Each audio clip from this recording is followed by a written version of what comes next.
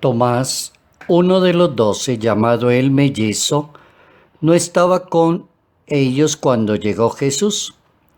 Los otros discípulos le decían: hemos visto al Señor. Pero él contestó: si no veo en sus manos la señal de los clavos, si no meto el dedo en el agujero de los clavos, si no meto la mano en su costado, no lo creo. A los 8 días estaban dentro los discípulos y Tomás con ellos. Llegó Jesús, estaban cerradas las puertas, se puso en medio y dijo: paz a ustedes. Luego le dijo a Santo Tomás: trae tu mano, aquí tiene mi mano, trae tu mano y mételo en mi costado. No seas incrédulo, sino creyente. Evangelio según San Juan, capítulo 20, versículos 24 al 29. El maestro de Nazaret forma, educa y guía a sus apóstoles desde la bondad y resuelve las dudas que ellos le presentan. Notas amables a la palabra de Dios, viernes 3 de julio, año 2020.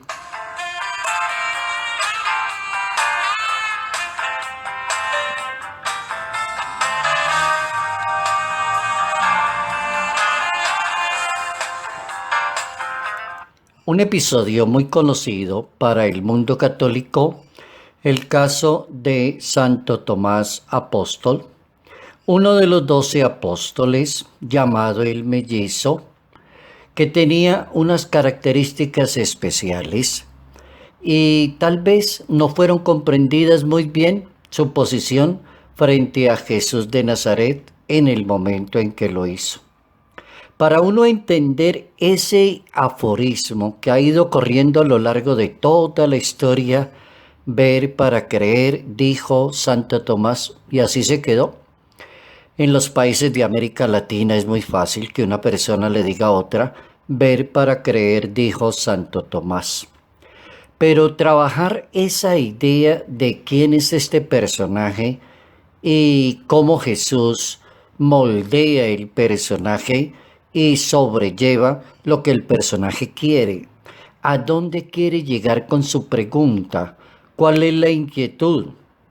Habría que referirse al momento histórico en que escribe Juan el Evangelista la situación tan difícil que está rodando con el gnosticismo, que prácticamente niega todas esas posibilidades, y cómo la gente le costaba mucho entender la resurrección.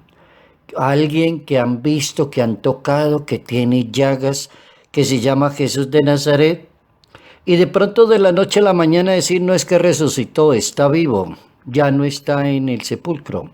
No es tan fácil. Hoy, a 21 siglos después de la historia, es muy fácil hablarlo. Habría que devolverse 21 siglos. Lo que llama la atención en Jesús de Nazaret es la bondad, como va educando a sus apóstoles. Primera actitud del maestro: no critica al apóstol, ni juzga la incredulidad de Tomás, sino que acepta un reto que le coloca el apóstol y le dice: ven, coloca tu dedo en mis heridas, ven, pon tu mano. Es decir, lo invita a tener una experiencia de Dios. Aquí tienes mis manos, trae tu mano, métela en mi costado. Lo invita: no seas incrédulo, sino creyente. Un apóstol es una persona que va avanzando en materia de fe y se va solidificando en la palabra de su maestro. La misión de nosotros es crear comunidad a ejemplo de la comunidad del Padre, del Hijo y del Espíritu Santo. Jesús, como confirma esa convicción de Tomás y de las comunidades, a saber de un Cristo resucitado, glorioso, con un Cristo torturado y un Cristo de la pasión. Jesús está en la comunidad, pertenece a la comunidad. Es el mismo Jesús que vivió con ellos y que tiene en el cuerpo las señales de su pasión. Y las señales de la pasión están en el sufrimiento de la gente, podríamos decir hoy, que Él puede representar ese Cristo que tiene llagas, dolor, corona de espinas. Hoy en día, en un siglo XXI, hablando de una religión, presentar los dolores de la humanidad hoy en día, que han ido corriendo a lo largo de la historia y son los mismos: el hambre, las señales de tortura, la injusticia, las personas que reaccionan, que luchan por la vida y no se dejan abatir. Un Jesús que resucita y se hace presente en medio de la comunidad, y un Tomás que cree en Cristo y quiere tener esa experiencia de Dios. Quiere tener la experiencia de Dios. Y Dios le va a decir: dichosa aquella persona que crea sin haber visto. Dichosa aquella persona que reciba el Espíritu Santo, la gracia de Dios, que pueda comunicarle eso a los demás, porque ya tuvo la experiencia.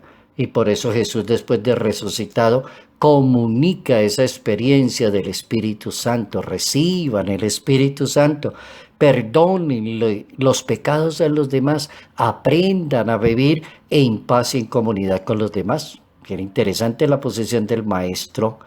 El Papa Benedicto XVI, Papa emérito, en una catequesis en un 25 de septiembre del año 2006, hablaba de la personalidad de este apóstol tan característico. Lo primero que decía el Papa en su catequesis es la exhortación que hizo a los apóstoles cuando Jesús, en un momento, decidió ir a Betania para resucitar a Lázaro. Y acercándose así, de una manera peligrosa a Jerusalén, según el Evangelio de Marcos, en ese capítulo 10, verso 32, en esa ocasión Santo Tomás le dice a los discípulos: vayamos también nosotros a morir con él. Y es una posición como brillante del apóstol, como quien dice: yo meto las manos al fuego con usted, yo me voy con usted, yo le acepto el reto. Ahí hay una primera intervención del apóstol, una persona decidida, franca, abierta: vámonos con él.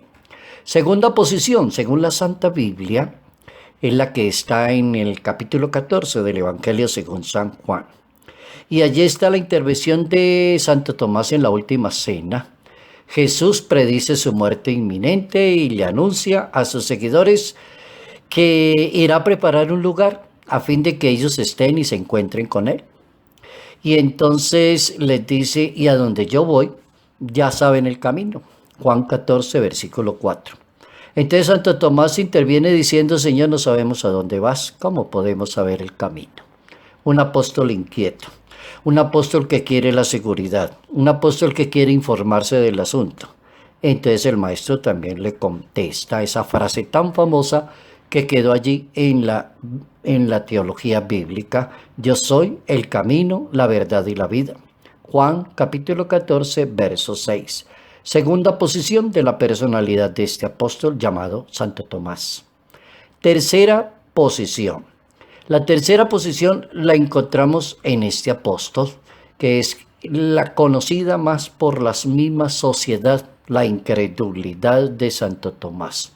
Y así quedó en la historia, lastimosamente, pero no tiene mucha relación con la incredulidad del apóstol. Si no veo en sus manos la señal de los clavos, si no meto el dedo en el agujero, no meto mi mano en su costado, no creeré.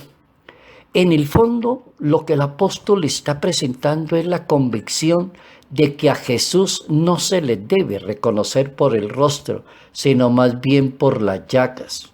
Considera la identidad de Jesús en sus llagas, en su sufrimiento. Yo tengo que tocarlo, yo tengo que verlo, yo tengo que experimentarlo, porque para mí esa es la primera imagen que tengo de Jesús de Nazaret.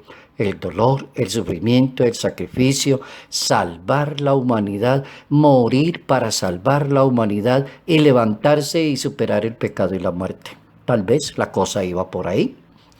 La Santa Biblia habla de los bienaventurados. En el Evangelio de San Lucas, en ese capítulo 10, verso 23. Y la Biblia va a decir: bienaventurada la persona que no ve y que cree. Pero alguien va a decir, bienaventurados los ojos que ven lo que veis. Evangelio de Lucas 10, capítulo 10, verso 23. Pero Santo Tomás de Aquino va a decir, tiene más mérito quien cree sin ver que quien cree viendo. Y eso se queda en la historia, esa frase. Tendrá más mérito la persona que crea sin ver que quien cree viendo. Y la carta a los hebreos recapitula ese sentido de Santo Tomás, de Aquino, el angélico. La carta a los hebreos, eso es una carta prodigiosa. En el capítulo 11 de esa carta, a partir del verso 1 de esa carta, la carta a los hebreos recuerda la serie de los antiguos patriarcas bíblicos que creyeron en Dios sin ver el cumplimiento de sus promesas, y define la fe de una persona, oigan esta definición, garantía de lo que se espera, la prueba de las realidades que no se ven. Punto final. Hebreos capítulo 11, verso 1. ¿Cómo no acordarse de los patriarcas en la Santa Biblia? ¿Y cómo no acordarse de toda esta cantidad de gente tan buena y tan excelente, patriarcas, profetas, y esta gente que se movió en esos 900 años de historia de Israel, que prácticamente ellos no hubieron cumplido las promesas porque ya no estaban, ya habían muerto, ya no pertenecían cuando llegó Jesús de Nazaret 900 años después?